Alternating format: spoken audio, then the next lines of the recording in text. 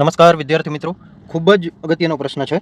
16, 37, 58, 89 અને પછી આપેલો છે ક્વેશ્ચન માર્ક. તો સાચો આન્સર શું આવશે? 110, 145, 100 કે 130? તો હવે અહીંયા જેને વધારે પડતી નંબર એનાલોજીની પ્રેક્ટિસ કરેલી હોય ને એને ખૂબ જ ઝડપથી આ સમજમાં આવી જશે. જેમ કે આ આપેલું છે 16, બરાબર.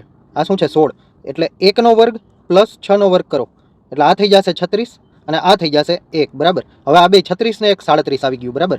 હવે 37માં તો કે 3નો વર્ગ 9 અને 7નો વર્ગ 49, બરાબર. 49 ને 1 50 ને 8 58, બરાબર. એટલે શું આવી ગયું? 58. હવે 5નો વર્ગ 25 પ્લસ 8નો વર્ગ 64, બરાબર. અને 25 અને 64નો સરવાળો આપેલો છે 89. હવે આ 89માં જોઈ લઈએ કે 8નો વર્ગ, બરાબર, પ્લસ 9નો વર્ગ કરીશું આપણે. એટલે 8નો વર્ગ 64 અને 9નો વર્ગ આવશે 81. હવે એ બેનો સરવાળો કરો. 4 ને 1 5 અને 8 ને 6 14, એટલે આવશે 145. એટલે આ જે ક્વેશ્ચન માર્ક આપેલું છે ત્યાં સાચો આન્સર આવી જશે 145.